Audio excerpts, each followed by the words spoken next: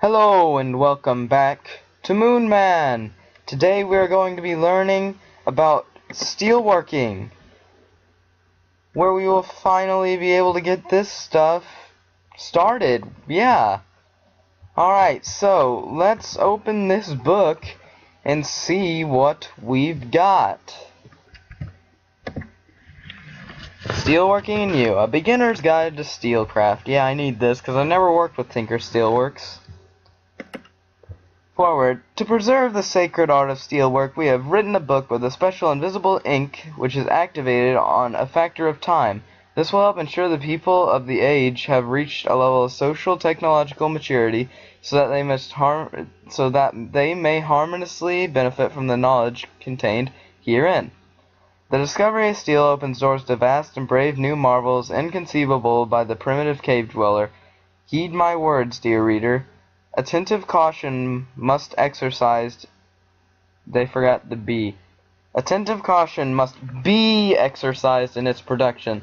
Steelworking is an art and a hallmark of the master tinkerer. Be sure your intentions are noble and hands deft. This is how we have to get to the moon. Come on. Slagzo Molten, scribe master of the Tinker Society.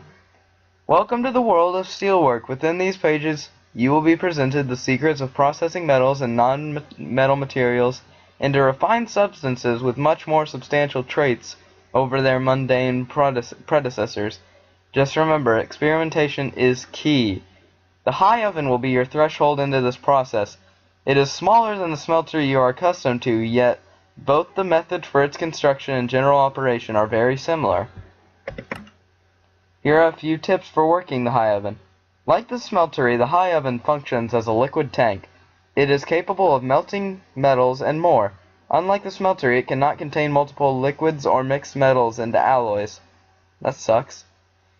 Mixing materials is key, but you just told me not to mix materials. Because you can't. I don't know. As time goes on, you will become familiar with oxidizers, reducers, and purifiers. These are properties of materials which may lead to robust crystalline structures within your metalworking. The high oven can be as small as 3 blocks high or as high as 8. For each layer between the top and bottom layers, more space will be available to cook items within. Additionally, the taller the structure, the hotter it gets. Ooh, that sounds pretty crazy. Okay. The high oven is a multi-block structure. You will need a smeltery and the following materials to get started. Wow, this is a little bit crazy. To begin, lay a 3x3 bed of scorched bricks. That's sort of what you do at the smeltery, so that makes sense. Continue laying bricks in a similar fashion upward, but leave the center hollow. Cap it off with an additional 3x3 layer.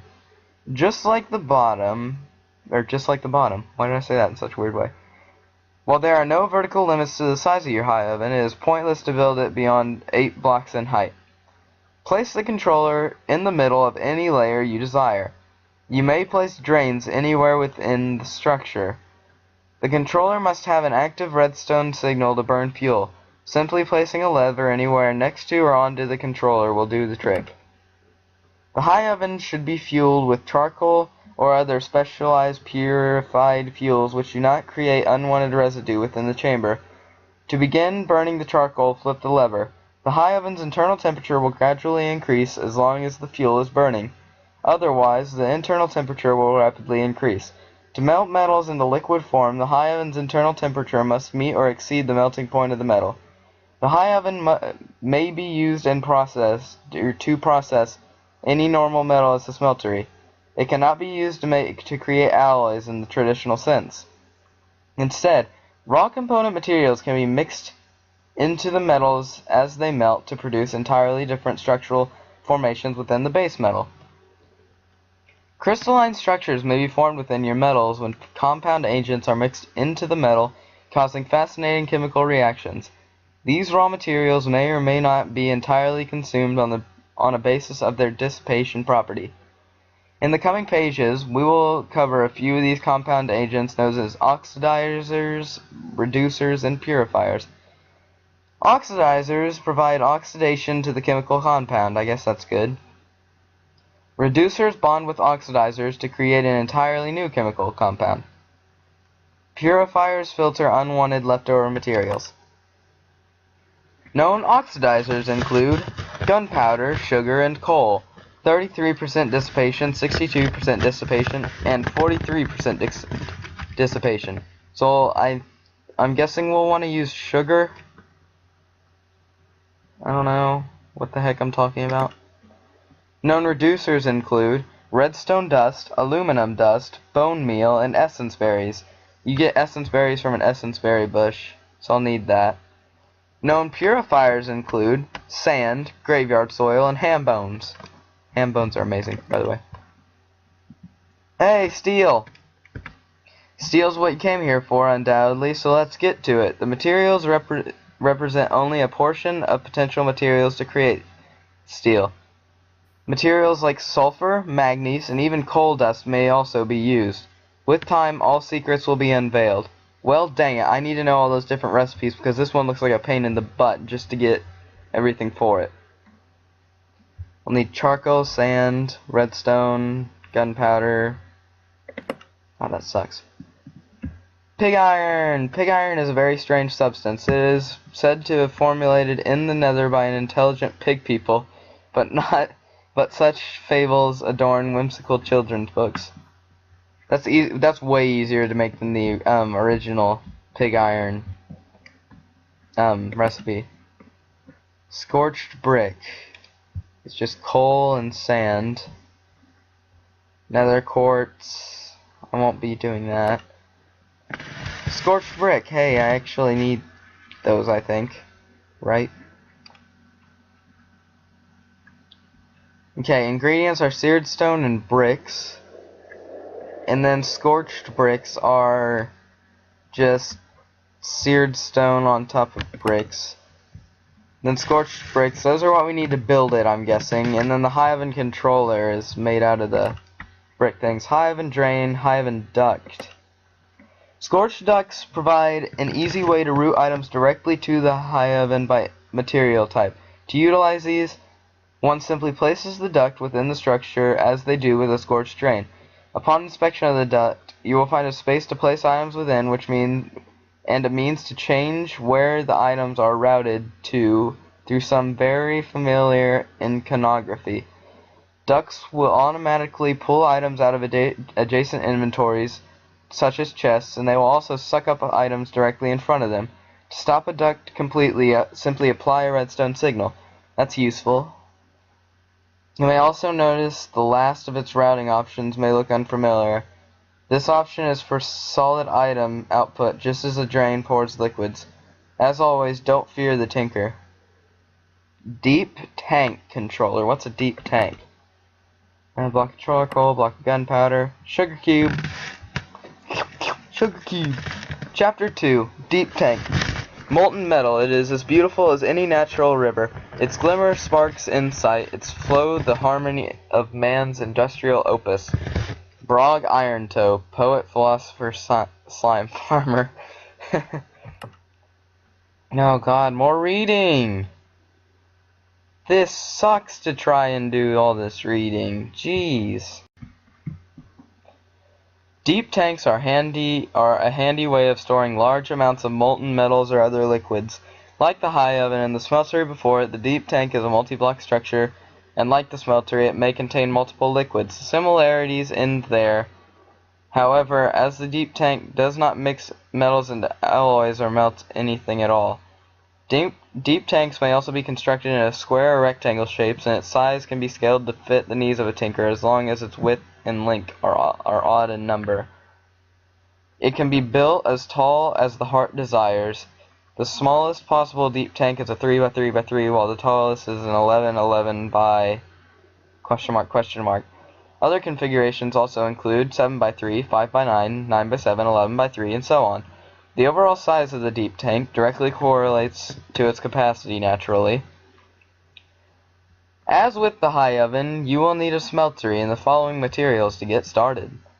1 deep tank controller, scorched bricks, scorched drains, glass, or clear/stained/seared glass. In this tutorial, we will assume the desired size is that of the smeltery. To begin, lay a 3x3 bed of glass. Surround that with scorched bricks, drains, and ensure the deep tank controller is placed in the center. Oh, heard a zombie. Of any side of this rim. Also note that the deep tank controller may be placed on either the top or bottom layers. Ah, dang, there's monsters nearby. Grab my sword.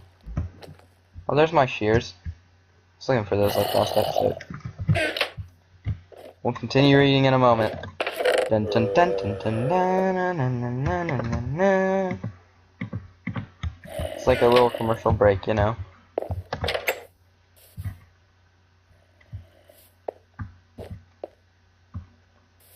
Was that the one it's talking about? Really? That's the zombies that it said were nearby?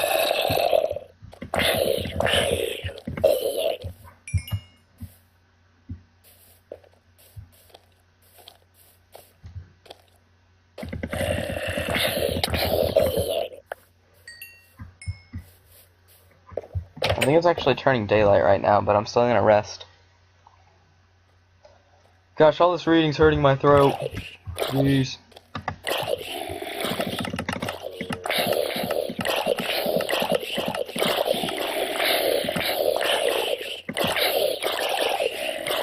Continue building upwards along this room with any sort of glass that you desire. The height is up to you.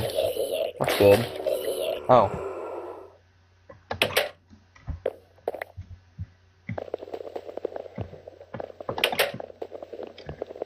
I gotta break this and replace it. Oh, that's glitched out right now.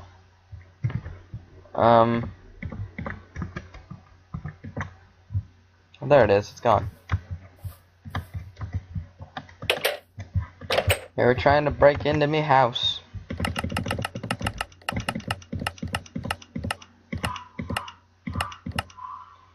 When you're satisfied with the height, cap it off with an inner layer of glass and an outer rim of scorched bricks or drains. Don't forget to add upward-facing drains to pour liquids into. The deep tank is a perfect companion for smelteries and high ovens. Build them below, on top, or beside these structures for convenient liquid storage and transport. Vacuous. Strangely attaching an ender pearl onto the base of a hopper and fastening it to the tool or weapon causes nearby items to gather to you. That's kind of useful. Oh, and there's where it ends. Great. Basically, I'm going to need to smelt quite a bit of coal.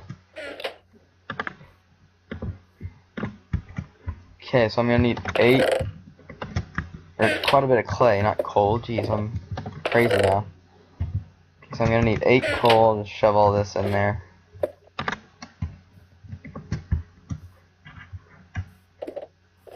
Oh man, all of this to get steel.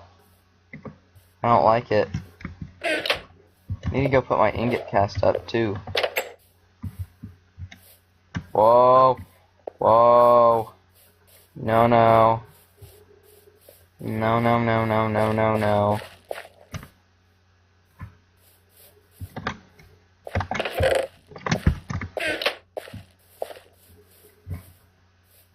Ah!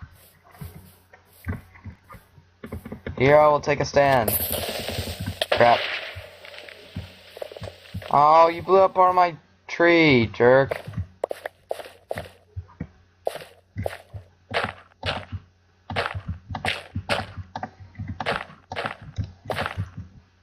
Some people. Gosh. Oh, that was the part of the tree that had the sticky resin. Jerk. I'm gonna kill your friend because of you, jerk.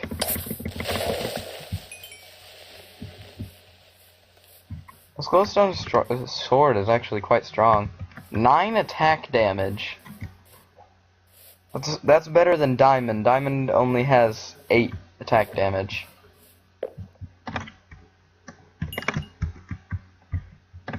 Ooh, man. I don't know about this, man. This is gonna take a long time. I'm gonna end the episode early just because this episode was super boring and I don't feel like doing anything else. I'll be seeing you next time on Moon Man. Bye.